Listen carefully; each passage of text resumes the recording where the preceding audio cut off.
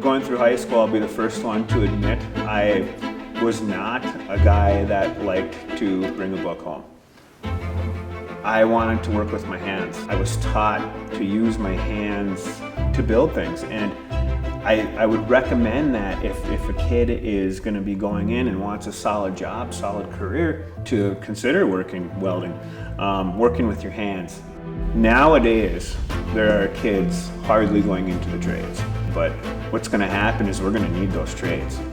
Soon enough, those trades are going to be paying more and more because there'll be more demand for somebody to go into it.